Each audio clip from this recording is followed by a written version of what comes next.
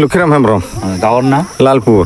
এই ব্রিজটো কেনেকৈ আছিল এই ব্রিজ আগে মানে ভাঙছি, ভাঙিয়া এই ছাবাগুলা স্কুল অসুবিধা যাওয়া আসা, তারপরে বেমারি মানুষগুলা নেওয়া আসা দিকদার, গাড়ি ঢুকি না, কিছুই ঢুকি না। এইটাই জন্য এই যে আমি সরঞ্জিৎ বসমাতের কি কইছে এই ব্রিজটা বানাই দে, ওই হিসাবে আমি আজ মানে রাজ্য বানাইছে, আর এইটাই ধন্যবাদ। সরঞ্জিৎ বসুমতাৰী কি সাপোর্ট করছে? হ্যাঁ সাপোর্ট করছে। হ্যাঁ এতিয়া সরঞ্জিৎ বসুমতাৰী কি কবে আপনার?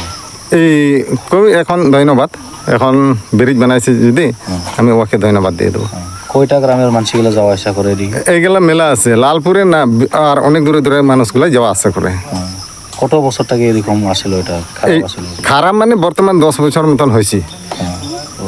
আগের সরকারের মানুষগুলো বানায় না, বানাই নাই, এখন খাই বানিয়ে দিছে এই ব্রিজটা। এইটা এই সরঞ্জিৎ বসমাতের ওয়ার্কার, সোশ্যাল ওয়ার্কার বানিয়ে দিল। ধন্যবাদ। কি নাম আপনার? আমার নাম লক্ষণ সোরেন। গাঁৱৰ নাম? গাঁৱৰ নাম হলো লালপুর। এই ব্রিজের অবস্থা কেনেকৈ আছে? বহুত বিয়া মানে খারাপ আর কি, মানে আপ ডাউন করার কারণে অসুবিধা আছে। হয় হয়। কিমান বছর পরে? 10 বছর তাকে অলপ বেশি আর কি। আজি কোনে বনাই দিছে? সরঞ্জিৎ বসুমতাৰী হয়, এই বনাই দিছে। হয় হয়।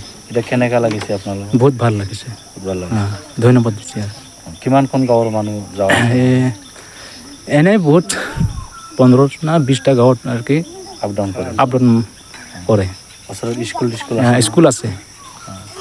আগত আপোনালোকে কোনটো ৰাস্তা দি আপ ডাউন কৰি আছিল? আপ ডাউন তো এই রাস্তাটা মানে বহুত বিয়া আছিল আর কি, এইটো ব্রিজটো আর কি। কষ্ট হৈছে? হয় বহুত কষ্ট।